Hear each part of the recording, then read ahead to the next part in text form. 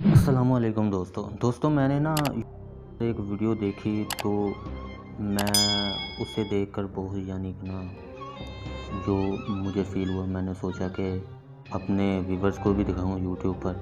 तो दोस्तों ये वीडियो जो है ना आप देखें, इसमें एक यहूदी है जो कैसे 2 3 4 बंदे हैं जो कुछ लोग हैं फ़लस्तीन के, उन पर फ़लस्तीन के मुसलमान हैं, उन पर कैसे जुल्म ढा रहे हैं।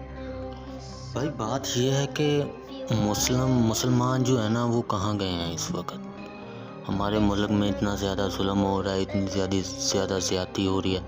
मेरा बेसिक टॉपिक जो था ना वीडियो बनाने का यही था, मैं आपको वीडियो दिखाऊं।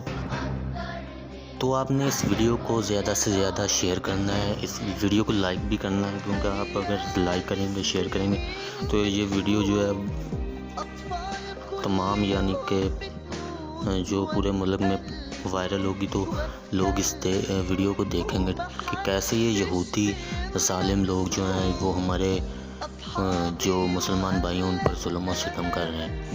तो दोस्तों इस वीडियो को देखें और इसे आगे शेयर ज़रूर करना है। मैं आपसे अगली वीडियो में मिलूँगा, तब तक के लिए अल्लाह हाफिज़।